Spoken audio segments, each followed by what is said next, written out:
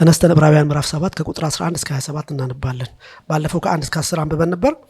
ዛሬ ከ11 እስከ 27 በጌታ ስም አነባዋለሁ። እንደዚህ ይላል። እንግዲህ ሕዝቡ በሌዊ ክህነት የተመሰረተን ሕግ ተቀብለዋልና በዚያ ክህነት ፍጹምነት የተገኘ ቢሆን እንደ አሮን ሹመት የማይቆጠር እንደ መልከ ጼዴቅ ሹመት ግን የሆነ ሌላ ካህን ሊነሳ ወደፊት ስለምን ያስፈልጋል? ክህነቱ ሲለወጥ ሕጉ ደግሞ ሊለወጥ የግድ ነውና፣ ይህ ነገር የተነገረለት እርሱ በሌላ ወገን ተካፍሏልና። ከዚያም መሠዊያውን ያገለገለ ማንም የለም፣ ጌታችን ከይሁዳ ነገድ እንደወጣ የተገለጠ ነው። ስለዚህም ነገድ ሙሴ ምንም እንኳን ስለ ክህነት አልተናገረም፣ በማያልፍ ሕይወት ኃይል እንጂ በሥጋ ትእዛዝ ሕግ ሳይሆን ሌላ ካህን በመልከ ጼዴቅ ምሳሌ ቢነሳ ይህ እጅግ አብልጦ የሚገለጥ ነው። አንተ እንደ መልከ ጼዴቅ ሹመት ለዘላለም ካህን ነህ ብሎ ይመሰክራልና። ሕጉ ምንም ፍጹም አላደረገምና፣ ስለዚህ የምትደክም የማትጠቅም ስለሆነች የቀደመች ትእዛዝ ተሽራለች። ወደ እግዚአብሔር የምንቀርብበት የሚሻል ተስፋ ገብቷል። እነርሱም ያለ መሐላ ካህናት ሆነዋልና። እርሱ ግን ጌታ አንተ እንደ መልከ ጼዴቅ ሹመት ለዘላለም ካህን ነህ ብሎ ማለ አይጸጸትም ብሎ በተነገረለት ከመሐላ ጋር ካህን ሆኗልና። ያለ መሐላ ካህን እንዳልሆነ መጠን እንዲሁ ኢየሱስ ለሚሻል ኪዳን ዋስ ሆኗል። እነርሱም እንዳይኖሩ ሞት ስለከለከላቸው ካህናት የሆኑት ብዙዎች ናቸው። እርሱ ግን ለዘላለም የሚኖር ስለሆነ የማይለወጥ ክህነት አለው። ስለ እነርሱም ሊያማልድ ዘወትር በሕይወት ይኖራልና። ስለዚህ ደግሞ በእርሱ ወደ እግዚአብሔር የሚመጡትን ፈጽሞ ሊያድናቸው ይችላል። ቅዱስና ያለ ተንኮል ነውርም የሌለበት ከኃጢአተኞች የተለየ ከሰማያትም ከፍ ከፍ ያለ እንዲህ ያለ ሊቀ ካህናት ይገባናልና። እርሱም እንደነዚያ ሊቀ ካህናት አስቀድሞ ስለ ራሱ ኃጢአት በኋላም ስለ ሕዝቡ ኃጢአት ዕለት ዕለት መስዋዕትን ሊያቀርብ አያስፈልገውም። ራሱን ባቀረበ ጊዜ ይህን አንድ ጊዜ ፈጽሞ አደርገዋልና። ጌታ ይባርካችሁ። ተቀመጡ። ባለፈው ምዕራፍ 7 ያው ጀምረናል። ስለ መልከ ጼዴቅ ነው ያየነው አይደል? ትዝ ይላችኋል። እንግዲህ መልከ ጼዴቅ ማን ነው የሚለውን አየን አይደል? ትዝ ይላችኋል። እና መልከ ጼዴቅ የዘፍጥረትንና የዕብራውያን 7ን አገናኝተን ያየነው ነገር ምንድን ነው? መልከ ጼዴቅ በእግዚአብሔር ልጅ ተመስሎ ያለ አይደል? የንጉስና የልዑል የእግዚአብሔር አምላክ ምንድን ነው? ካህን ነው አለን አይደል? ካህን ነው እና ያው አባት የለውም እናት የለውም አይደል? ለዘመኑ ጥንትም ጅማሬም ፍጻሜም የለውም። እንዲያውም መጣ፣ የሆነ ጊዜ መጣ፣ ከዛ በኋላ የለም፣ አይታይም። አንድ ቦታ ብቻ ነው የምታገኙት፣ ሌላ ቦታ ላይ የለም። እና ይሄንን ሰው አንድ ሰው ሐዋርያ ጳውሎስ ዕብራውያን ላይ እዚህ ላይ ብቻ የተጠቀሰው፣ አዲስ ኪዳን ላይም የለም። ስለዚህ ከሰው ከአዳም ጀምሮ ያሉ ሰዎች በሙሉ ትውልድ አላቸው አይደል? ማን እንደወለዳቸው የዘር ሐረጋቸው ሁሉ ይታወቃል።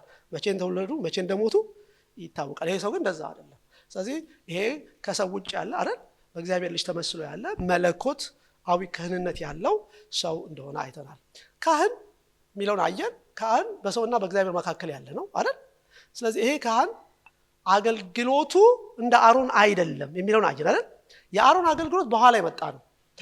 ኃጢአት ስለገባ ከኃጢአት ጋር በተያያዘ መንገድ ኃጢአትን መስበከት፣ ኃጢአት ባለበት ቦታ ሁሉ ምን ያስፈልጋል?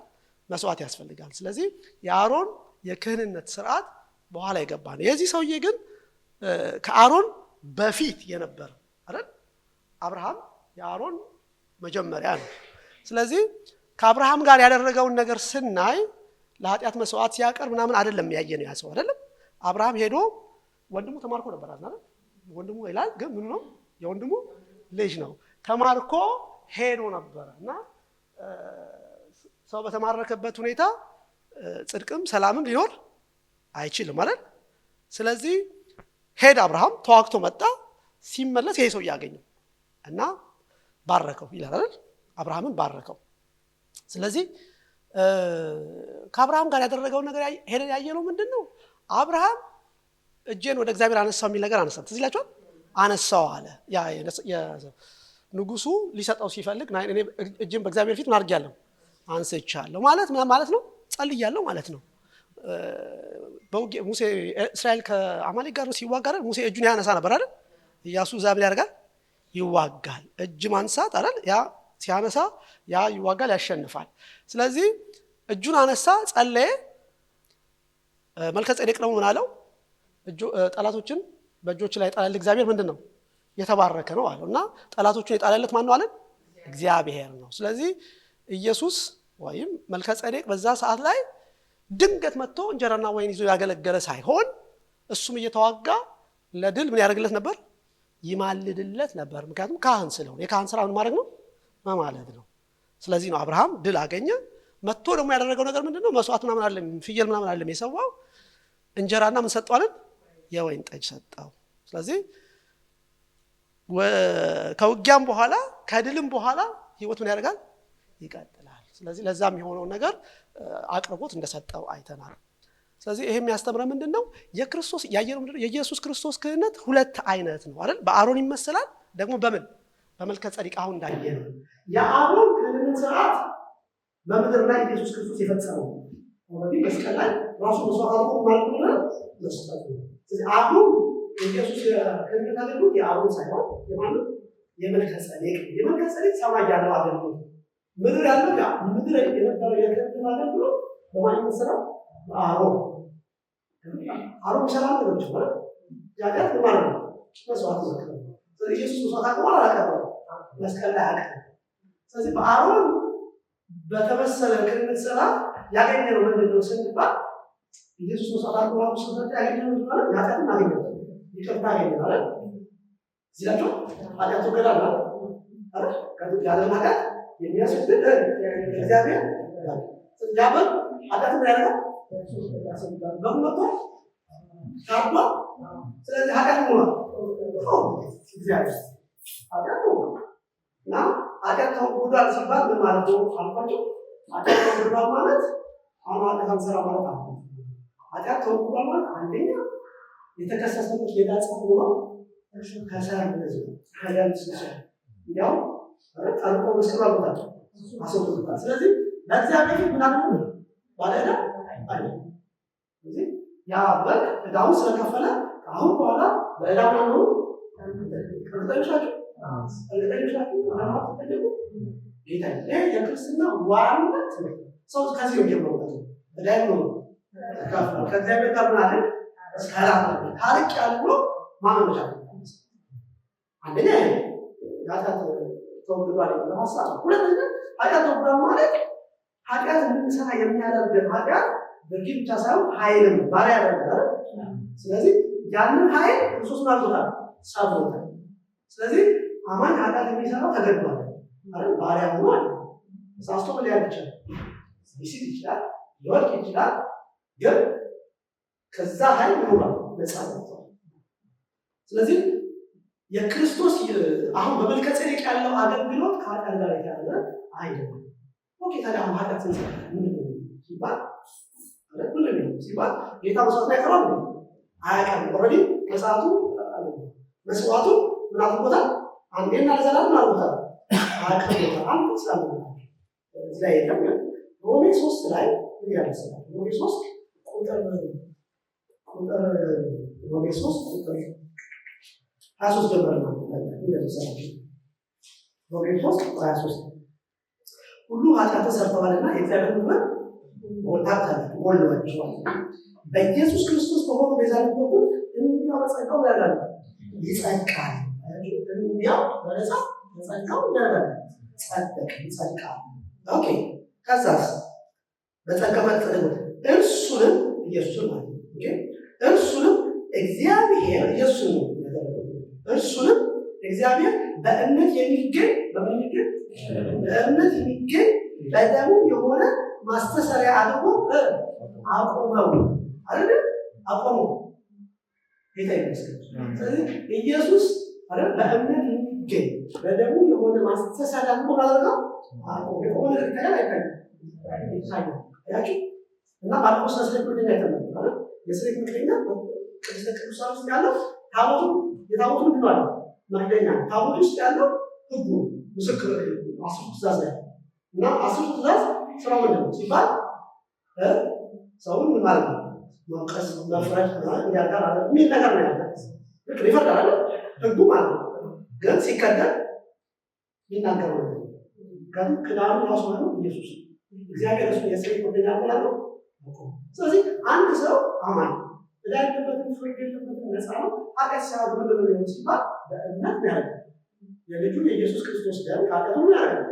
ነፃ ጠበቃ አለ የሚለው ክርስቶስ ለእኛ በቃ ቆሙና በእምነት እናደርጋለን።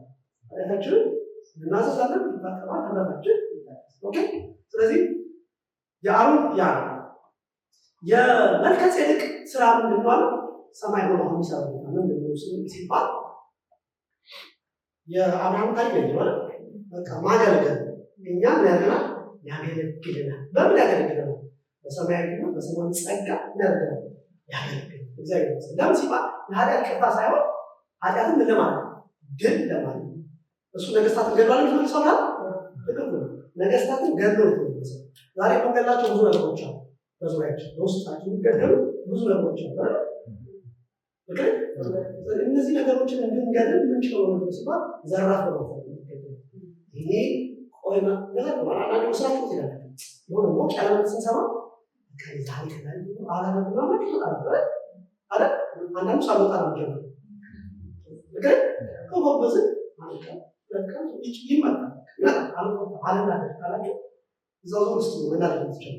ግን እንዲህ አይነት ነገር ወርካም እንድናሸንፍ የሚረዳን ሲባል ይህ አገልግሎት ኢየሱስ ካህናችን በሰማይ ሆኖ የሚሰጠን አለ ጸጋ።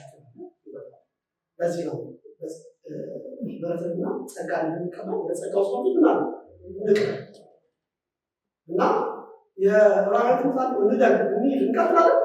ስለዚህ አሁን ወለማ እና ለዛሬ ብዙ ሰው የክርስቶስ ከሚታይ አሁን ብቻ ወደ እሱ ፓስተር አልፎ የአሮን የክህነት ስራ መስዋዕት ማቅረቡ ጌታ አጭቆ ጨርሶ ስለዚህ ወዴት መለክ ወደዚህ ነው ለመልከ ጼዴቅ የክህነት አገልግሎት ወደዚህ አገልግሎት ለመጠቀም ወደዚህ በዚህ አገልግሎት ዋጋት ላይ ተመሰጥራ ድል እግዚአብሔር ይመስገን በተቸገረበት ላይ አቅም ያገኝ ዛሬ ክርስቶስ እኛ እንሰራ ነው። በዚህ እሱ እንደነሰ ይመጣል ያሳድገናል ማለት ነው። ስለዚህ ይሄንን ያገኘው ማለት እንደምና እንግዲህ ሌላው ግን ምንድነው ዝም ብሎ ሐሳቡ ባለው ከአንድ እስከ 10 ባለው ውስጥ ለነሱ ለሰሚዎች የሚያወራቸው ነገር ምንድነው የአሮን የሌዊ ክህነት ከክርስቶስ ይበልጣል ለማለት ሁለት ነገር ያቀርባል አይደል? ሁለት ነገር ያቀርባል። ሌዊ ለነሱ የሌዊ ስራ በጣም ወሳኝ ስለሆነ እንዴት ነው የሚበልጠው ሲባል ይሄ ሰው ይሄ መልከ ጼዴቅ አላቸው አብርሃምን አማካኝ ባርኮታል አይደል? አብርሃም ባርኮታል። ስለዚህ የሚባለው ትልቅ ነው ትንሽ ነው? ትልቁ ትንሹ ምን ያደርጋል? ይባርካል። ስለዚህ አይደለም ሌዊ የሌዊ መነሻ ሰው ሲሆን የተስፋ ቃል ያለው አብርሃምን ማቃርቆታል መልከ ጼዴቅ ባርኮታል። ስለዚህ መልከ ጼዴቅ ከአሮንማ እንዴት አይነት ጋር ትልቁ ትንሹ ምን ያደርጋል? ስለዚህ እንኳን ሌዊ አብርሃም በመልከ ጼዴቅ ምንድን ነው ትንሽ ብሎ በሚነግራቸው ኦኬ። ሁለተኛ ደግሞ መልከ ጼዴቅ አብርሃም ለመልከ ጼዴቅ ሰጥቷል፣ አስራትን ሰጥቷል። ስለዚህ አስራት የሚያስወጣው ትልቅ አይደል? የሚሰጠው ሳይሆን የሚያስወጣው ምንድን ነው ትልቅ። ስለዚህ ሌዊ የሚባለው በአባቱ ወገን ነው ነው በአባቱ አልተወለደም ነው ባይወለድም በአባቱ ወገን ነው ምናልባት ሰጥቷል። ምን ማለት ነው ባጭሩ? ባጭሩ አሁን አያቶቻችን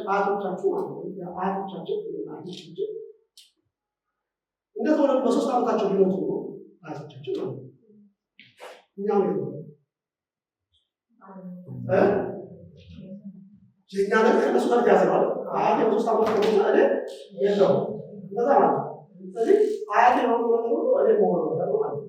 ስለዚህ አብርሃም የሆነ ነገሩ ማን ነው? ሌዊ ነው። ስለዚህ ሌዊ በአባቱ ወገን ሆኖ ለማሳሰብ ነው ለመልከ ጼዴቅ። ስለዚህ ያላችሁ ነው መልከ ጼዴቅ ከሌዊ ከአሮን ያለ ይበልጣል። ስለዚህ ወዴት ነው? ወደዚህ ነው። ይሄን ብታችሁ ወደዚህ ነው እና ክርስቶስ በዚህ አገልግሎቱ በክህነት አገልግሎቱ ያላል ከነዚህ ከብዙ ያካተተ ይበልጣል የሚል ነገር ነው። ጌታ ይመስገን። አሁን ባልቆመው ክፍል ውስጥ ዝርዝር አለ ግን ዘለዋል በኋላ የምፈልገው ሀሳብ ላይ ባተኩሻ ጊዜ ለመቆጠብ ማለት ነው። የክርስቶስ ክህነት ላይ አሁን ባልቆመው ክፍል ውስጥ ለምሳሌ የሚያነሳቸው ነገሮች አሉ። አሁን ባልቆመው ክፍል ውስጥ ለምሳሌ ቁጥር 11 ምን ያለ እንግዲህ ህዝቡ በሌዊ ክህነት የተመሰረተ ህግ ባልባል ተቀብለዋል ይላል አይደለም። ስለዚህ የሌዊ ክህነቱ መሰረቱ ምንድነው ሲባል ህግ አይደል? በህግ የተደነገገ ስለሆነ ህጉ መሰረቱ ነው። በህግ ላይ የተመሰረተ ክህነት አድርገዋል ተቀብለዋል ይላል። ስለ ክርስቶስ ሲናገር ክርስቶስ በህግ አይደለም ቢሆን ካህን ነው። ካህን ነው በምንድን ነው? በማያልፍ የህይወት ኃይል ነው ካህን ነው ብሎ ይናገራል። ሹመቱን ያነሳል። እነሱ ያለ መሐላ ሆኗል ሹመቱ ማለት እሱ በምንድን ነው ሹመት ያገኘው? በመሐላ ሹመት እንዳገኘ ይናገራል። የእነሱ አገልግሎት በሞት ምክንያት ይሆናል ቋረት ነው። የጌታ ግን ምንድን ነው? ዘላለማዊ ነው እያለ እነዚህ ነገሮች ያው ስለምልክላችሁ ታነቡታል። ይሄ ነው አልፏል። ግን ምንድን ነው ከሌዊ ክህነት ምንም ግልጽ ነው የሚያቀርበው ነገር ስታየው የክርስቶስ ክህነት ሙሉ በሙሉ ያደርጋል። የተሻለና የላቀ የበለጠ ብቻ ሳይሆን ወደ እግዚአብሔር የምንቀርበት የተሻለ መንገድ ነው። እግዚአብሔር ይመስገን። ምክንያቱም ሌዊ ድካም አለበት አይደል? እና እንኳን ሌላውን እየረዳ እሱ ራሱ ማዳት አይችልም። የሆነ ጊዜ ጠብቆ ይሞታል። ስለዚህ ያቆማል። ክህነቱ የእነሱ ያቆማል። የክርስቶስ ግን እንደዛ ዘላለም የሚሆን ስለሆነ የማይለወጥ ክህነት አለ የሚል ነገር ያመጣል። ኦኬ ይህ ልቶ ቁጥር 3 ነገሮችን ዛሬ ማየት ፈልጋለሁ። 3 ቃላቶች የተጠቀምበት ከክህነት አገልግሎት ጋር ያይዞ ምዕራፍ 7 ዛሬ እንጨርሳለን። እነዚህ 3 ነገሮች አንሳለን። አንደኛው አሁን ቁጥር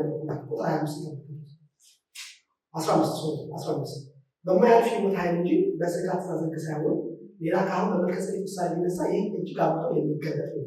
ስለዚህ የበለጠበት ምክንያት ምንድን ነው? ኢየሱስ ክርስቶስ በማያልፍ ሕይወት ኃይል ሆኗል። ክህነቱ ተቀብሏል ማለት ነው። የማያልፍ ሕይወት ማለት ነው። የማያልፍ ሕይወት ነው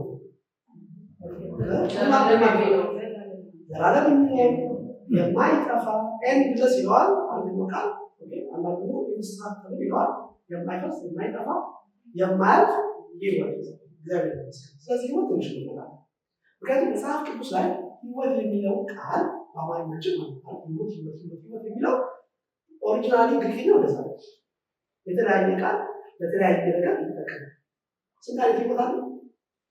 ስንት አይነት ሕይወት ያለ ምን ነው?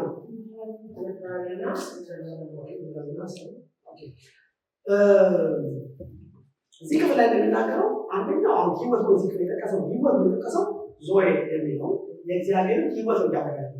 የማያልፍ ሕይወት ሲል ሕይወቱ የማነው? የእግዚአብሔር ነው። ዞይ ተብሎ ይቀጥላል። የሰው ከሆነ አማርኛው ሕይወት ቢለው ግሪክኛው ላይ ባዮስ ነው። ኦኬ ባዮስ ማለት መንፈስ ነፍስና ሥጋ ያለው ሰው ነው። የእንስሳ ከሆነ ደግሞ ሲኬ ነው። ነፍስና ስሜት ብቻ ነው ያለው እንስሳ ማለት ነው። መንፈስ የለም። የአትክልት ከሆነ ደግሞ ምንም ነገር የለም። አትክልት የሚያድግና የሚበቅል ነገር ብቻ ነው። ሌላ ስሜት የለው፣ ኮንሽስነስ የለው፣ ምን የለው። ፊቱ ይባላል። አማርኛው ምንድን ነው? ያ ዝቅተኛ ሕይወት ያለው ከፍተኛ ሕይወት የእግዚአብሔር የመለኮት ሕይወት እና ይሄ ሕይወት አሁን እዚህ ጋር የተጠቀሰ ሕይወት የእግዚአብሔር ሕይወት የእግዚአብሔር ሕይወት የመለኮት ሕይወት ነው። ዘላለማዊ ሕይወት ነው ማለት እንደዛ ደግሞ ተፈጠረ። አሁን ዘላለማዊ ማለት ነው ሲባል ዘላለማዊ ሕይወት ሲባል ለምሳሌ በእርሱ የሚያምን ዮሐንስ 3:16 በእርሱ የሚያምን የዘላለም ሕይወት ይኖረው እንጂ እንዳይጠፋ አንድያ ልጁን ሰጥቷል። ኦኬ ስለዚህ የዘላለም ሕይወት ተቀበለው አልተቀበለም? ኦኬ ምን ማለት ነው? የማይጠፋ ሕይወት ነው። የዘላለም ሕይወት ማለት የማያልቅ አይደል? መጨረሻ የሌለው ሕይወት ማለት ነው። አንደኛ ሁለተኛ ከጊዜ ብቻ ሳይሆን ቦታ ጊዜ ምን ማለት ነው? የማይገድበው ማለት ነው አይደል? ለምሳሌ አሁን አንተ ማታ ጊዜ ሳላዛ ባለበት ታሪክ ላይ ወንድሜ በቃ መጨረሻው ቀን እንደሚሆን እንደሚነሳ አምናለሁ አልቻለም። ጌታ አዎ ይነሳል ናይ ያለው ትንሣኤና ሕይወት እኔ የሚያምንብኝ ሕይወት እንኳን ለዘላለም ይሆናል። ያው ምክንያቱም እኛ የተቀበልነው የዘላለም ሕይወት እኛ ስጋችን ሞቶ ኤግዚስት ማለት ሲቆም የትማን ሲፈርስ ሕይወቱ ሁሉ ያለ ለምን በስጋችን ላይ ነው አይያዝ ይቀጥላል። ሕይወቱ ይቀጥላል። እግዚአብሔር ስለዚህ የተቀበልነው የዘላለም ሕይወት የሆነ ቀን የምንቀበለው ሳይሆን አሁንም እያሉ እየኖሩ እና በስጋ ማንነታችን ኤግዚስት ማለት ቢሆ ሕይወቱም ይሆናል እንጠፋለን አንጠፋም። ኦኬ ስለዚህ ይሄ የተቀበልነው ሕይወት ልብ እንድትይዙ ፈልገው ብዙ ጊዜ አሁን ዝም ብለን እንደተራ ስለምናየው እንጂ ቀላል ሰዎች እኮ አሉ። በእውነት ቀላል ሰዎች እኮ አሉ። ከዚህ ማንስቸው ጳውሎስ አንደኛ ቆሮንቶስ 3 ላይ ይላል እኔ አጵሎስ ነኝ እኔ ጳውሎስ ነኝ ሰዎች ስለነበሩ ጋር እኔ አጵሎስ ሲከፋፈሉ እኔ አጵሎስ ነኝ እኔ አጵሎስ ነኝ የምትሉ ሰዎች እንደዚህ ማምጥሩ ከሆነ ሰው ብቻ መሆናችሁን አይደለምን አይደላችሁ ምንድን ነው ያላቸው ሰው ብቻ የሰው ብቻ ነው ምን አልፈልግም ሲባል ሰው ብቻ ነው ምንም ጭምር ናቸው የእግዚአብሔር ሕይወት ምናልባት ተካፍለ እግዚአብሔር ሰው ብቻ አይደለም ሰው ብቻ አይደለም ምክንያቱም ኤፌሶን 4:18 ላይ እንደዚህ ነው ስለ አሕዛብ ሲናገር አሕዛብ እግዚአብሔር ማወቅ ስላልፈለጉ ልባቸው ስለጨለመ ከእግዚአብሔር ሕይወት ምናልሆነ ራቁላ እና አንድ ሰው ጌታ አልቀበልም ብሎ ጌታን ሲገፋ መንግስት ምንድን ነው ሲኦልን ብቻ ነው የሚያደርገው ወይም መንግስተ ሰማያትን ብቻ ነው ብዙ የሚያደርገው ምንድን ነው የእግዚአብሔርን ሕይወት እግዚአብሔር ሕይወት ባክ ነው እነማ አዝባር የዳነው ሰው ከእግዚአብሔር ጋር ሆኗል ማለት ነው ተካፍሏል እግዚአብሔር ሕይወት ስለዚህ እግዚአብሔር ሕይወት የተካፈለ ሰዎች ይሄ ብቻ ዜና ነው ስለነበረ እንጂ እስታምጡና መንገድ ላይ ሰው ብቻ ነው ናበርስ ከታ ወንዳስተርፋችሁ ግን ይችላል የሰይጣ ወጣለባ ነው የሚያስፈልጉት ሰው እና የተካፈለው ይሄ ሕይወት አንደኛ የዘላለም ሕይወት አይጠፋም የእግዚአብሔር ሰው ማለት ሁለተኛ በሕይወት የትኛው ሕይወት የተፈጠረ ከመላእክት ጀምሮ አይደል መላእክት ተፈጥሮ የተፈጠሩ አንዳንዴ እንደዛ ይመስላል መላእክት ፍጡራን ናቸው ሰው እንስሳ አትክልት ሁሉ ፍጡር ነው ያልተፈጠረ ሕይወት ነው ብቻ የእግዚአብሔር ይሄ ነው ስለባ ሕይወት ያልተፈጠረ የነበረ ዮሐንስ 1:3 ነው ዛሬ ሕይወት በእርሱ ነበር ቃል ነው ሕይወት ቃል መጀመሪያ ነበር ማንደረግ ክፍላል ክርስቶስ መጀመሪያ በእግዚአብሔር ዘንድ ነበር እግዚአብሔር ነበር ካለ በኋላ ሕይወት በእርሱ ማለት ተፈጠረ ሕይወት በራሱ እሱ ጋር እግዚአብሔር ነው ስለዚህ ሁሉም የፈጠረ እሱ ግን ምን ያለው ያልተፈጠረ ሕይወት ምን ማለት ነው የትኛውም ነገር የሚፈጥረው ይሄ ነው ራሱ እግዚአብሔር ነው ይሄ መለኮት ሕይወት አሁን ነው በእኛ ሕይወት ሁሉ በቤተክርስቲያን ውስጥ ይሁን ለእግዚአብሔር ዓላማ ነው ለእግዚአብሔር ሐሳብ ነው መልካም የሆነ ነገር ሁሉ የሚፈጥረው ይሄ ነው እግዚአብሔር ነው የት ነው ያለው ሕይወት በታፈሰ በእኛ ውስጥ አለ እግዚአብሔር ይመስገን ሌላው ይሄ ሕይወት እንግዲህ በብዙ መከራ ተፈትኖ ያለፋል ኢየሱስ እንደላይ ሰላም የተቀመጠ 33 ዓመት ነው እግዚአብሔር ይመስገንና ኢየሱስ እንደነበረበት ፍጹም ሰው ፍጹም አምላክ መለኮት ነው እና ከመወለድ ጀምሮ እስከ ሞት ድረስ መዓት አይፈተንም በቤተሰባት ማለት በጎረቤቶቹ የጸራይና ምንድነው በካህናት አለቆችና በሽማግሌዎች አለ በሃይማኖት ቤት በሮማውያን ወታደሮች ሳልቆታል ገርፎታል ያን መከራ አልፎ የጸና ነው ሕይወት የትኛውን መከራ ተቋቋመ እሱ ብቻ ሳይሆን ሞትን አሸንፎ ያደርጋል የተነሳ እግዚአብሔር ሞትን ድል ያደርጋል እና ይሄ ሕይወት የማያሸንፈው የማያልፈው ምንም ነገር ክብር ስለዚህ አንዳንዴ እኛ ውስጥ ያሉት ችግሮች ማሸነፍ ይችላሉ ያሳስባላችሁ ነው ምክንያቱም ይሄ ሕይወት ወደዛ ሕይወት ከመጣ ገርምሶት ማያ ምንም ነገር ምን ከሞት የበለጠ ነው በዚህ ነው ሮሜ 8 ላይ ያለው ኢየሱስ ክርስቶስን ከሙታን ያስነሳው የእርሱ መንፈስ በእናንተ ውስጥ ይሆናል ለሚሞቱ ሰውነታችሁ ስለዚህ ሰው መሆን ብቻ ማሰብ አንድ ነገር ነው። ሰው ብቻ ነው ስናስብ ሁሉ ነገር ሬቤሊ እንደሰው ነው ማሰብ አይደል? እንደሰው ነው ማሰብ በሚያስፈልገን በገጠመን ችግር ወይ ሁሉ ላይ የሚያስፈራ ነገር ከሆነ ምንፈራው እንደምን ነው እንደሰው በቃ አለቀና ነው እንደሰው ብቻ ስናስብ ነው። አይ የለም ደግሞ ለካ ምን አለ ከዚህ መልኩ የእግዚአብሔር ሕይወት ተካፍያለሁ ውስጤ የገባ የእግዚአብሔር ምን አለ ሕይወት አለ ስናስብ ያ ሕይወት ደግሞ ቢችል ነው ሰው ማይችለው ይሄን ያደርጋል ይችላል እግዚአብሔር ይመስገን። ስለዚህ በሚገጥመን ነገር ሁሉ ላይ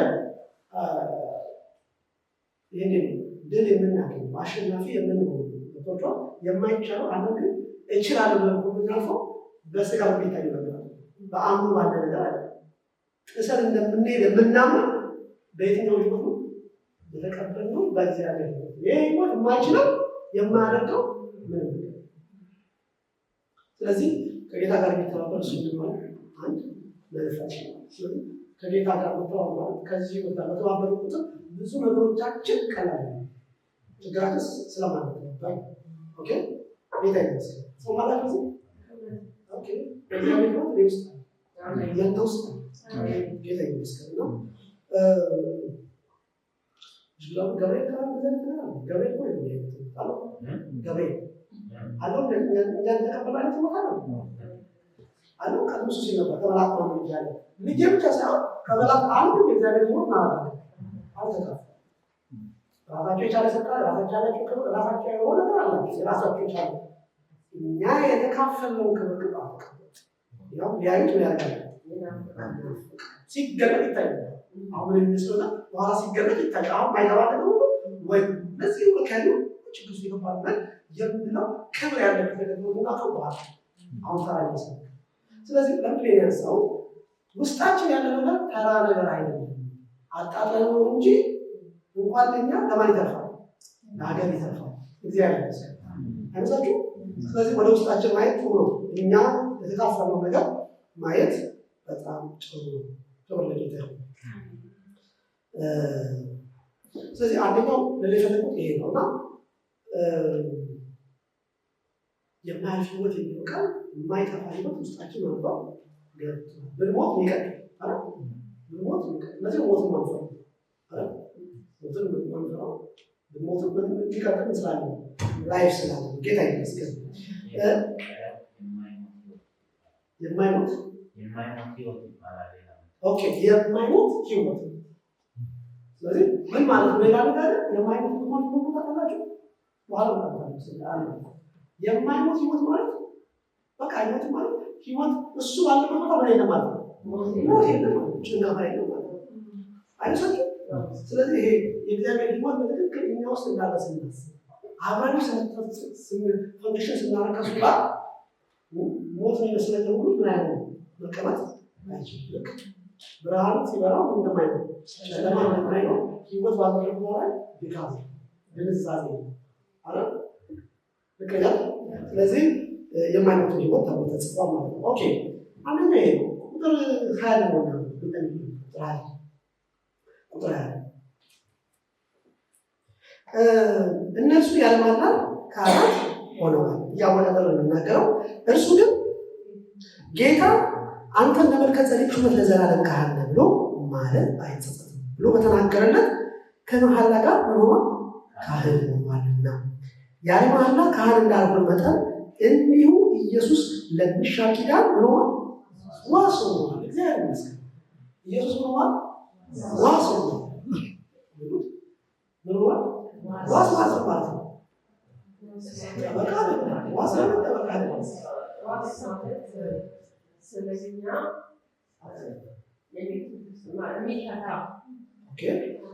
ዋስ ማለት ስለኛ የሚተካ ማለት ነው። እሺ ዋስ ማለት ታያጅ ማለት ነው። ይራጭ ይችላል። ዋስ ማለት ታሳብ ለምሳሌ ነገር አድርጌ እሱ ዋስ ሆኖ ይገኛል። ደግነት ዋስ ማለት ነው ማለት ነው። የፍርድ ቤት ቃል ስለሆነ ያኛው ራሱ ዋስ ማለት ነው። ከሱ ይሰራ ይችላል።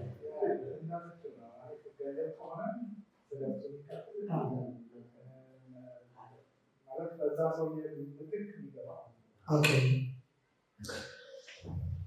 ስለዚህ ዋስ ማለት አንድ ሰው ግዴታውን መወጣት ቢያቅተው ግዴታውን መወጣት ቢያቅተው አረ ስለዛ ሰው ኃላፊነትን የሚወስድ ሰው ነው። ስለዚህ አንድ ነገር ዋስ ስትባሉ የምትጠሩት ሰው እናንተ ማድረግ የሚያቅታችሁ ነገር ማድረግ ካልቻላችሁ ያሰው ይሆናል ይያዝ። ስለዚህ ያሰው ያን ነገር ሙሉ በሙሉ ያደርጋል አይደል? አይደል? ስለዚህ ኢየሱስ እግዚአብሔር አልሞ ዝም አይደለም ያለው የገባልን ኪዳን የአዲሱ ኪዳን ህዝብ ነው። እግዚአብሔር ይመስገን በደሙ የተመረቀ የአዲሱ ኪዳን ህዝቦች ነው። ይሄ ኪዳን በደም የተመረቀ ቶሎ ኪዳን እሱ የገባው ኪዳን ብሎ ከአባቶቻችን ጋር ለገባው ኪዳን አለ ማለት አዲስ ኪዳን ገባለ ብሎ የገባው ነገር አለ። እንዴ በልቦናቸው ማለት ኃጢአታቸውን አድርገው ይቅር ይላል። ያው ከትንሹ እስከ ታላቅ ድረስ እግዚአብሔር ወቁን አጥቶ ሰው ሊያስተምራችሁ ሁሉም ያደርጋል። ያው ተስቤቱ ማለት ያማካቱ ስለዚህ እግዚአብሔር ኪዳን በኪዳን ብቻ ሳይሆን የወሰነን ያደረገ እንደማን አንዳንዴ እኛ እንደማንችል ስላወቀ ምን አደረገን? ዋሳ። ስለዚህ ዋሳችን ስራው ምንድን ነው ሲባል እኛን ወክሎ እኛን ጠይቆ እኛ ማድረግ የሚገባ ነገር ሁሉ ያንን ግዴታው ያለው ይወጣ ነው። የድሮ ችግሩ ይሄ ነው። የድሮ ሰዎች ዋስ መሆን አይችሉም ራሳቸው ችግር ስላለባቸው ማለት ነው። ይህ ዋስ እንኳን ቢሆኑ ከሆነ ቦታ ላይ ሞታሉ ሰዎች። አሁን ዋስ ያደረጋችሁ ሰውዬ ፍርድ ቤት እናንተ መፍረድ ቢያቅታችሁና ሰውየው ሲፈለግ አገር ተቀየረ ይሰራል አይሰራም? ሰውየው ሆነ ነገር ከተፈጠረ በሰውየው ብና ድካም አለ። የብሉይ የአዲሱ ኪዳን የእኛ ያለበት በላለ እንደዛ እግዚአብሔር ይመስገን። ዋስ የተደረገ ሰዎች ለምን ሲባል እኛ አንዳንድ ደግሞ የምንቸገርበትን ነገር እንኳን እሱ ለማለት ለመፈጸም አይደል እግዚአብሔር ፊት መሆን የሚገባን ነገር እንድንሆን የቆመልን ዋሳ ጌታ ይመስገን። ስለዚህ ምንም ያሰጋል ነገር የለም ማለት ነው አይደል? ዋሳ እግዚአብሔር ችግር የለም አይጠራጥርም ያደርጋል። ምክንያቱም አሁን ባንክ ዋስ ይዞ ከፈላችሁ አልከፈለ ችግር የለም ሊብሬውን ይዞታል በዝጋሙት ባልጋሙት ችግር የለም አልከፈለ ካላት ሊብሬውን ሸጦ ያልባል እሱ መኪናው ራሱ ያቀርባል እግሩ ለነገሩ ያው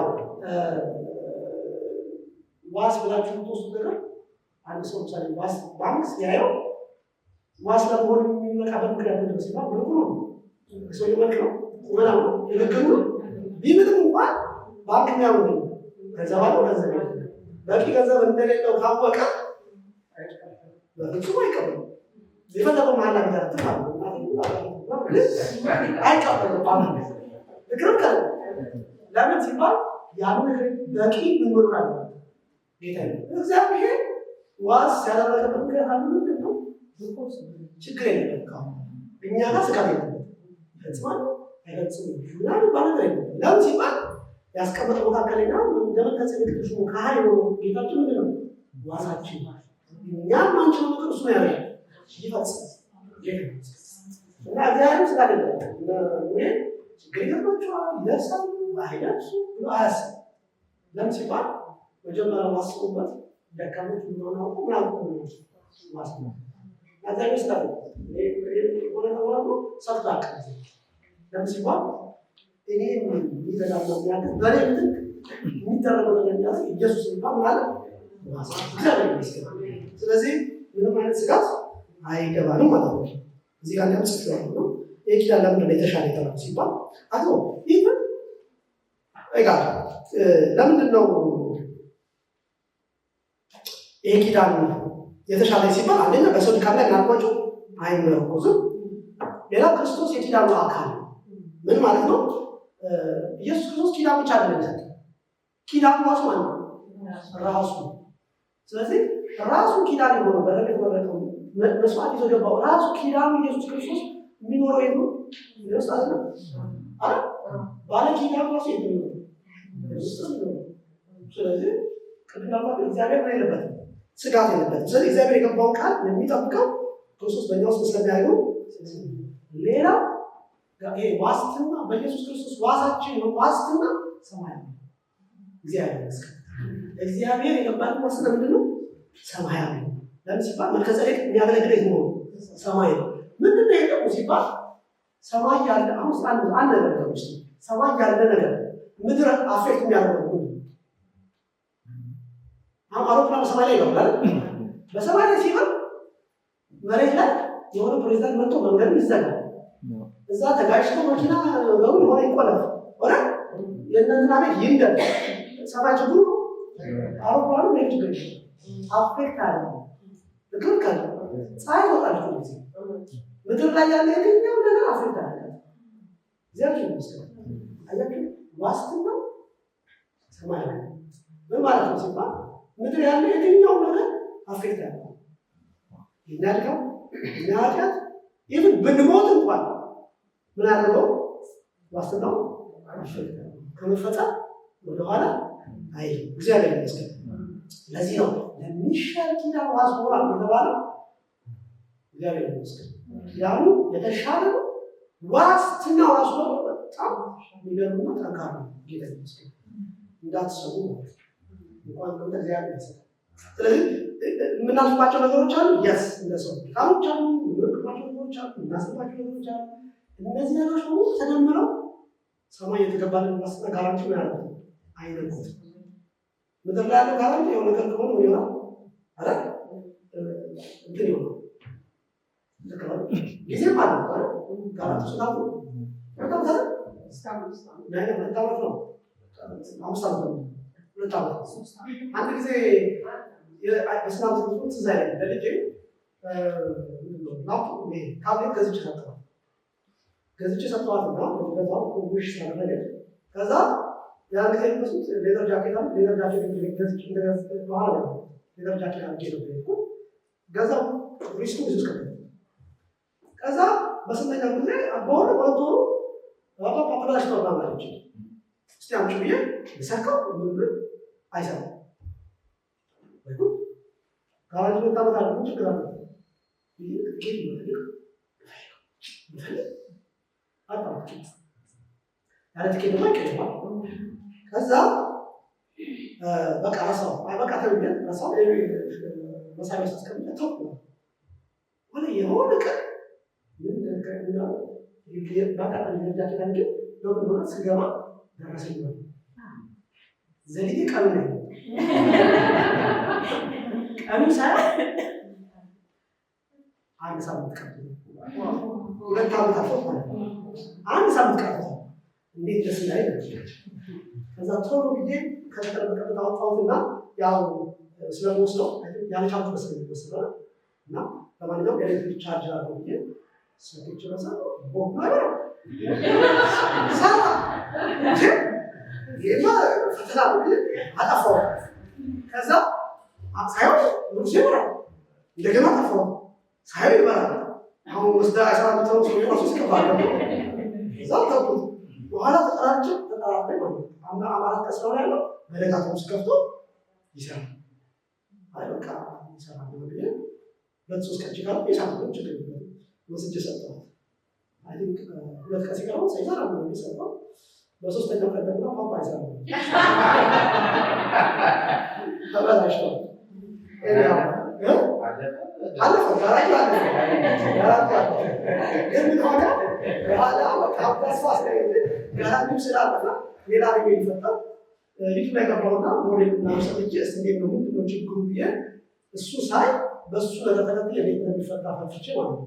ውስጡ ፈትቼ እንደዚህ ሊሆን ይችላል ነገር ውስጡ የካቢኑ ከገባ በኋላ ያለው የሆነ ፓርቱ ለካደቆ በኋላ በዛ መሰረት ሰርቼ ነው ውስጥ ነው ይሰራል። ለምን ያነሳው ጋራንቲው ጊዜ አለው በሆነ ኮንዲሽን ነው ያለው የተመሰረተ ኮንዲሽን በክርስቶስ ኢየሱስ ለኛ የተገባው ሰማያዊ ዋስትና ኮንዲሽን ጊዜ ነው። ከለሚታይ ነው ይሄን ስታረጉ ይችላል ይሄን ሳታረጉ ይችላል ይባል እግዚአብሔር ከሌላ ባለ ነገር አይደለም አይቶ ዋስትና ይሰጣል። ልጁን አምኖ በሱ የተሰራው ፍጹም ተቀብሎ ማባል ዋስ ስለዚህ ጌታ ይመስገን ዋሴን ማወቃዬ ዘላለማዊ የማይሞት በዘላለም ነው ኢየሱስ ነው። ስለዚህ ምንም ቢሆን እነዚህ ጌታ ለኛ የተናገረው ነገር ሁሉ ፍጹም ድናለህ ብሏል። ስለዚህ ምን ሆናለሁ? ድናለሁ። ትወርሳለህ ብለህ ምን ሆናለሁ? ወርሳለሁ። አትጠፋም ብለህ ስለዚህ ነው አትጠፋም። እንዲያውም የምወደው ቃል ይላል ባለፈው ጸሎት ላይ ሰው ሲል መጽሐፍ ሲናገር ይላል ኢየሱስ ክርስቶስ ሲናገር የእምነታችን ጀማሪና ፈጻሚ ነው ያለ አስወዳጅ ነው። የእምነታችን ጀማሪና ፈጻሚ ነው ተመልክተናል። ኢየሱስ የእምነታችን ምንድን ነው? ጀማሪ ብቻ ነው ወይስ ምንድን ነው? ምን ማለት ነው? እምነታችን የጀመረው ነው ማለት ነው። ስለዚህ እምነታችን ያስጀመረን እሱ እምነታችን ነው ያለው። ለምንድን ነው የሚያስፈጽም ሲባል አቅም ስለሚችል ጉልበት ስላለ እንጂ እኔ ስለማለት ነው። ልክ ነው። ስለዚህ እምነታችንን ያስጀመረን እሱ ከሆነ መጨረሳችን ግድ ነው። ለምን ሲባል የእምነታችን ጀማሪ እሱ ምን ያለ አይደክም አለ አይደለም ይችላል። እግዚአብሔር ይመስገን ምንም ነገር ተፈትኖ አልፎ የመጣ ህይወት እግዚአብሔር ደስ ተሰኝቶ የረካበት ነገር ስለሆነ ማለት ነው። ኦኬ የጀመርነው ነገር ግን የእምነታችን ጀማሪ ክርስቶስ ካለ ነው። የጀመርነው በተለያየ ኬዝ ከሆነ ሊቆም ይችላል አይደል? እግዚአብሔር ይመስገን ለክርስቶስ አምነን የጀመርነው እውነት ያመንነው ክርስቶስ ከሆነ እሱ ሆነ ያስጀመረን ምንም ጥርጥር የለም። ምን እናደርጋለን? ያሻፍሳል። ለምን ሲባል ወጀባ ላይ ነው ማብራ ላይ ባለው ሲነገር መሪ ሆኖ ገባ ቀላሚ ሆኖ ቀላሚ ሆኖ ገባ ማለት ማለት ነው። እዚያችሁ ነው ቀላሚ ሆኖ ገባ ማለት በትክክል ነው ወይ በትክክል ነው ማለት ነው። ብዙ መርከቦች አረ ፍሊት ነው በአንድ ላይ በሚሄዱበት ጊዜ ወደ ሩታ ሲደርሱ ማለት ተፈለጉ መጀመሪያ የሚላምራ አላባቸው ትንሽ ቦታ አለ ጀርባ እሱ ነው ቀላሚ ማለት እሱ ሄዶ ይገባና ወደ ላይ ማለቁም ያደርጋል ያስራል ኦሬዲ ከዛ በኋላ እነዛ መርከቦች ምን ነገር አለ ንፋስ የለም ማለት ነው። አንድ እዛ ራሱ ከሳቀሰ ግን ለቀው ይተንስ ስለዚህ ቀላል ነው የተባለው ኢየሱስ እኛ ነው እና የሆነ ነገር ስለተፈጠረ ተቆጣ ክብር ለኢየሱስ ይሁን። ስለዚህ የሚሻል ኪዳን ዋሳበን ቢቃል ታያላችሁ። መጨረሻ ላይ ቁጥር 25 ነው 23 ጀምሮ ነው እንደዚህ 23 ጀምሮ እነርሱ እንዳይሆኑ ሞት ስለከለከላቸው ካህናት ብዙዎች ናቸው። እርሱ ግን ለዘላለም የሚኖር ስለሆነ የማይለወጥ ክህነት በቃ አይለወጥም ስለማይሞት ማለት ነው። ስለ እነርሱ ሊያማልድ ስለማን ስለኛ ሊያማልድ ዘወትር በሕይወት ይኖራል። አያችሁ እግዚአብሔር ይመስገን ኢየሱስ ስለኛ ሊያማልድ መቼ ነው ዘወትር በሕይወት ይኖራል። ስለዚህ ደግሞ ስለሚያማልድልን በእርሱ ወደ እግዚአብሔር የሚመጡ ፈጽሞ ሊያድናቸው ይችላል። አሁን እዚህ ጋር ሊያድናቸው ይችላል የሚለው ቃል መጀመሪያ ድነን ነው ማለት ነው። ኦኬ በአሁን ነው ይገብረን በፊት ከመጣ በኋላ እዚህ ጋር ስለኛ ዘወትር ያደርጋል ማለት ነው። ስለዚህ ጌታ ይማል ለምን ነው የሚማልደው ሲባል ወማሽበት ብዙ ነገር ነው ማለት ነው። እና በዛ ነገር ውስጥ እንዳልሸነፍ እሱ ስለዚህ ያደርጋል ማለት ነው። ሁለት ነገር ነው። አንደኛ ራሱ በእግዚአብሔር ፊት ያቀርባል ስለኔ ማለት ነው ይታያል። ሁለተኛ ደግሞ ያን ነገር የማልፍበትን ነገር አቅም ጸጋ ከሰማይ ለኔ ያለ ይሸጥኛል እንዳልፈው ማለት ነው።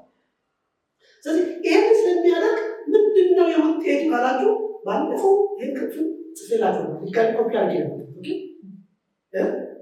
ይሄኛው እኔ በጣም ነው የሚገርመኝ ቃል ደግኛ ነው። ኦኬ እና ባባ በዚህ ምዕራፍ ፈጽሞ ያላችሁ አይደል? ፈጽሞ ያላችሁ ምን ማለት ነው ሲባል ትርጉሙ ፈጽሞ ተብሎ የተተረጎመ የእንግሊዝኛው ቃል ቱ ዘ አተርሞስት ማለት በሌላኛው አማርኛ ነው ማለት ነው። እስከ ጥግ ድረስ ማለት ነው። እስከ ጥግ ድረስ ሄዶ ያደርጋቸዋል ያደርጋልና እግዚአብሔር ይመስገን አሜን። አያችሁ እስከ ጥግ ድረስ ሄዶ ያደርጋናል ሲሆን በግሪክኛው መጽሐፍ ቅዱስ ዕብራውያን 7:5 ላይ ፓንተለስ የሚል ቃል ነው ያለው። ይህ ሐረግ ሁለት ዋና የግሪክ ቃላት ጥምረት ነው። አንደኛው ፓስ ማለት ትርጉሙ ሁሉ ሙሉ ወይም ጠቅላላ ማለት ሲሆን ቴሮስ ማለት ደግሞ መጨረሻ ግን ፍጻሜ ወይም ውጤት ማለት ነው። ስለዚህ ምን ማለት ነው? ደህንነታችን ኮምፕሌት ኢንታየር ፐርፌክት ስሩ ኦል ታይም ይለዋል። መጨረሻ ላይ ነው ያንብብላችሁ። ስለዚህ ይሄ ምን ማለት ነው ሲባል አንደኛ ደህንነታችን ያድናቸዋል ማለት ደህንነቱ አብሶሉት ኢን ኮምፕሌትነስ nothing is missing it is total all entire አረ ጌታ ይመስገን። ይሄ የሚያሳየው ምንድነው? ደህንነቱ ሁሉን አቀፍ ነው። እግዚአብሔር ይመስገን ሁሉን አቀፍ ነው። የሰው ህይወታችን ሙሉ ነው የሚያለው። ይሄን እኮ ስጋችን የሚደርበት ጊዜ አለ። የስጋችን ቤዛ ነው ነው እንቀበላለን። ይሄ ስጋ ምን ይሆናል? ይለወጣል። የልጁ መልክ ይመስላል እና ሙሉ ደህንነት እንዳለ አብሶሉት ኢዝ ኮምፕሌትነስ ይላል። ፋይናል and conclusive it has reached its ultimate end or goal leaving no room for continuation ማለት ነው። ፍጹም ያድናቸዋል የሚለው ሀሳብ እኛ የምንቀጥልበት ነገር እሱን አውጣ ሙሉ የሆነውን ስራ ሰርቶታል ማለት ነው። ስለዚህ የመጨረሻው ነው ማለት ነው። ሳልቬሽን አንሊሚትድ ደህንነቱ በዚህ ክፍል ያያችሁ ደህንነት አንሊሚትድ saving us completely entirely perfectly for all time and to the end ጌታ ይመስገን። ስለዚህ ጅማሬያችን ላይ መጨረሻችን እንቃል እግዚአብሔር ይመስገን የጠራ ስለዚህ ፈጽሞ የሚለው ቃል ክርስቶስ የማዳን ምንም አይነት ገደብ የሌለው ሁሉን አቀፍና የተሟላ መሆኑን ያመለክታል። እሱ የጀመረውን የማዳን ስራ በሁሉም አቅጣጫ በሁሉም መንገድና ለዘላለም ያለው ጌታ ይመስገን። ስለዚህ ጋር አይገባም ጌታ ይመስገን። ስለዚህ ያድነናል የሚለው ሀሳብ አሁን ከሮሜ 8 ከሮሜ 5 ሀሳብ ጋር ያያጅ ታሳያችሁ። ሮሜ 5 ላይ ከ9 እስከ 10 ቃል ተመሳሳይ ሀሳብ ማለት ነው። ሮሜ 5 ከ9 እስከ 10 እንደዚህ ነው። ሮሜ 5 ከ9 እስከ 10 እንደዚህ ነው። ይልቁንስ እንግዲህ በደሙ ከጸደቅን በደሙ ጸደቅን ማለት ትክክል ሆነ ማለት ነው። በእግዚአብሔር ትክክል ሆነ ማለት ነው። ከጸደቅን በእርሱ ከቁጣው እናደርጋለን። ስለዚህ የጸደቀ ሰው ከቁጣው ይኖር አለ የእግዚአብሔር ቁጣ ያለበት የጸደቀ ሰው እግዚአብሔር ይመስገን። ከዛ ጠላቶቹ ደግሞ ይላል ጠላቶቹ ሳለን ከእግዚአብሔር ጋር በልጁ ሆነ ከታረቀ ይላል። ስለዚህ ነገሩ ዘጋ እግዚአብሔር ጋር ታረቅን ጸደቅን አለ እግዚአብሔር ተቀበለ እግዚአብሔር ደስ አለው። ግን ይቀጥል ሀሳብ ከዛ ከታረቅ በኋላ ይልቁንም ማለት ከታረቅን ደግሞ በኋላ አሁን ታረቅናል። ከታረቅ በኋላ ምንድን ነው የሚሆነው ሲባል በህይወት ምን እናደርጋለን? በማን ህይወት አያችሁ? እኛ ውስጥ የገባው ያ ህይወት የልጁ ህይወት ቅድም ያወራነው ህይወት የእግዚአብሔር ህይወት የዘላለም ህይወት የተባለ ማለት ነው። እስከምንሞት የሚጠብቅ የሆነ ነገር አለ። ዛሬ ምን የሚያደርግ እግዚአብሔር አያችሁ? ስለዚህ በየዕለቱ ከሚገጥመን ችግር በየዕለቱ ከሚገጥመን ነገር ፕሬሽን አረ ከስቃይ ከመከራ ከምንም ነገር የሚያድን ህይወት ውስጣችን ስለዚህ እሱ እያላለን እየሰራ እያላለን እየቀየረ ወደ ፐርፌክሽን ልጁ ወደ መምሰል ወደ ሙላት ያመጣናል ማለት ነው። አይመስላችሁም? እንዲያውም አንድ ቃል ይገባችሁ ሮሜ 8 ላይ ሮሜ 8 አልጻፍኩም ግን እዚህ ጋር ማለት ሮሜ 8 ቁጥር 19 ተመልከቱ። ሮሜ 8 19 እንደዚህ ያለ የፍጥረት ናፍቆት የእግዚአብሔር ልጆች መገለጥ ነው። አያችሁ ፍጥረቱ ሁሉ ይጠብቃል። የእግዚአብሔር ልጆችን መገለጥ ይጠብቃል። ለምን ሲባል ፍጥረት ለምን ተገዝቷል? ለከንቱነት ተገዝቷል። ፍጥረቱ ሁሉ ለምን ተገዝቷል? ይሄ ከንቱነት የገባው ኃጢአት ገባ። የኃጢአት ዋጋ ሞት ነው ማለት። ስለዚህ ሞት ያስከተላቸው ነገሮች አሉ።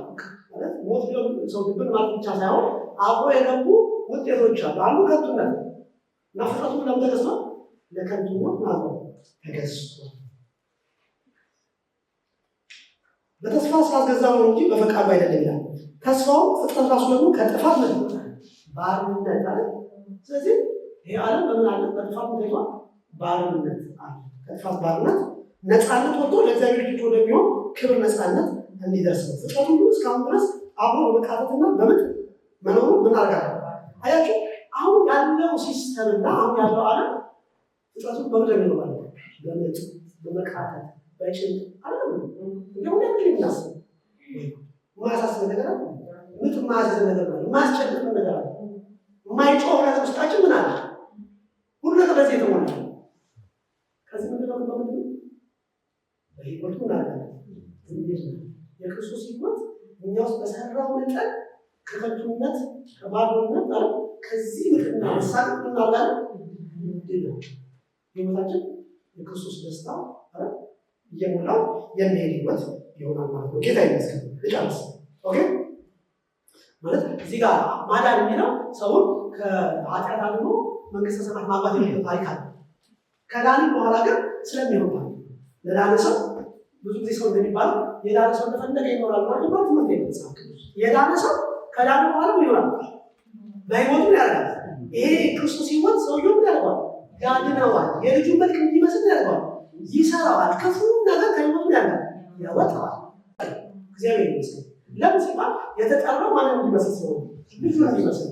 ስለዚህ እኔ ልጁን የምመስለው በራሴ ቤት ነው፣ በራሴ አቅም። ያ ህይወት ግን እኔ ያደርገኛል ወደዚህ ክብር ያለ ይለውጥ። እግዚአብሔር ይመስገን። በተባበርኩት መጠን ያድነኛል ስል አሁን ስለምኖረው ነው እንጂ እኔ ከአንድ ወቅቱ መንግስት ማሰብ ጨምራል። ኦኬ ስለዚህ መዳን ያለብን ነገር አለ አለ ብዙ ነው። መዳን ያለብን ነገር አለ። እንዴት ነው ሲባል ቻንስ መስጠት ካሉ ማለት ህይወቱ በእኛ ውስጥ ስላለ ለሱ ምን መስጠት ቻንስ መስጠት። ለሱ ቻንስ ከሰጠነው ከየትኛው ሞቲቬሽናል መጽሐፍ የበለጠ ምናለ አቅም ብዙ ሞቲቬሽናል መጽሐፎች አሉ። እንዴት አድርገን ምን ማድረግ እንደምንችል የሚያስተምሩ ብዙ ትምህርቶች አሉ። ግን ይሄ ያለ መጽሐፍ ያለ ትምህርት ራሱ ህይወቱን ያደርጋል አይደል? ይቀይረዋል ማለት ነው። እግዚአብሔር ይመስገን። ዘው ባጭሩ ዕብራውያን 7 ላይ ስለ ክርስቶስ ምንድነው ሶስት አገልግሎት እሱ ብቻ ነገር አንቻልም። እዚህ ጋር ጽፈው ማቅረብ ማገልገል ማለት ምን ማለት ነው ሲባል ክርስቶስ በክህነት መጀመሪያ ያደረገው ምንድነው? ማቅረብ ማለት እንደ አሮን ራሱ መሰፋቱ ማለት ነው። ማቅረብ ስለዚህ ማቅረብ የሚለው የአሮን የክህነት የሥራ አገልግሎት ያ በሱ የተመሰለው ማለት ነው። ስለዚህ ራሱ መስዋዕት አድርጎ ጌታ ማለት ነው።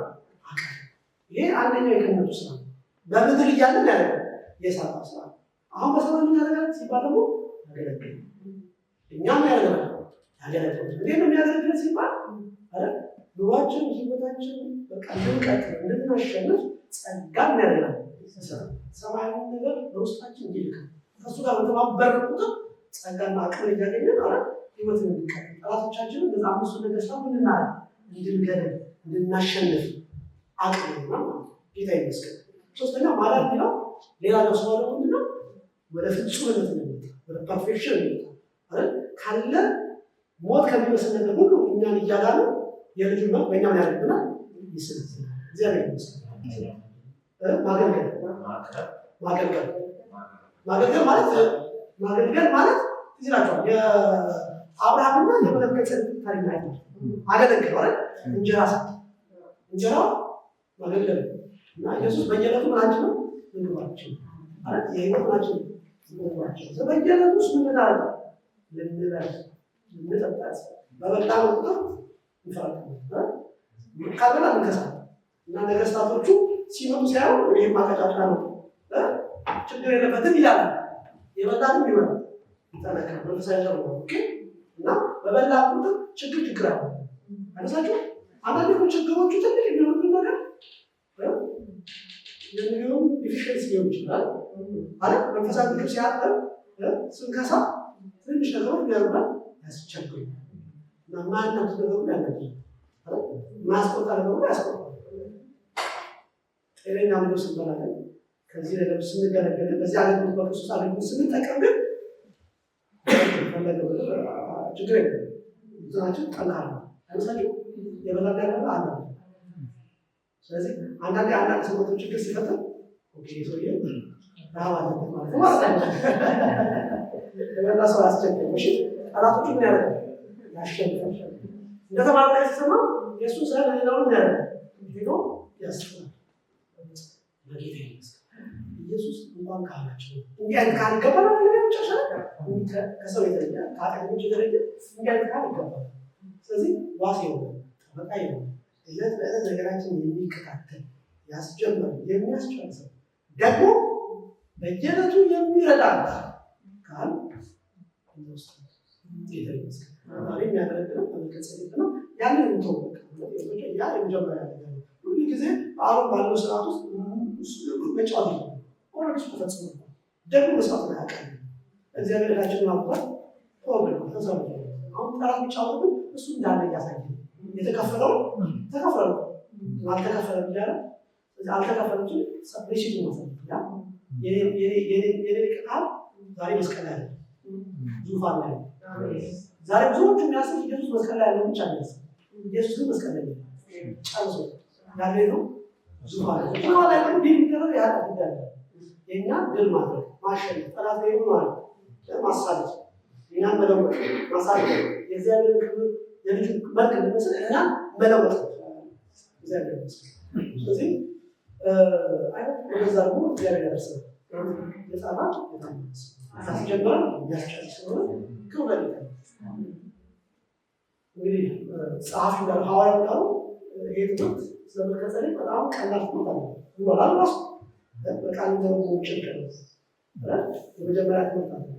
ጠንካራ ትምህርት ነው፣ ግን በዚህ ነገር አስቀምጠው እናንተ ነው ቤታችሁ ሲገቡ ጨምሩ። እሺ አጥንት ጨምሩ። ግን ምን ያህል ያስፈልጋል የተቀበለው ነገር ምን ያህል የተቀበለው ነገር ሆነ ይገባል። የተቀበለው ህይወት የዘላለም ህይወት የእግዚአብሔር ህይወት የማይጠፋ ያልተፈጠረ ሆኖ ምን ያህል ልዩ ሊከብራል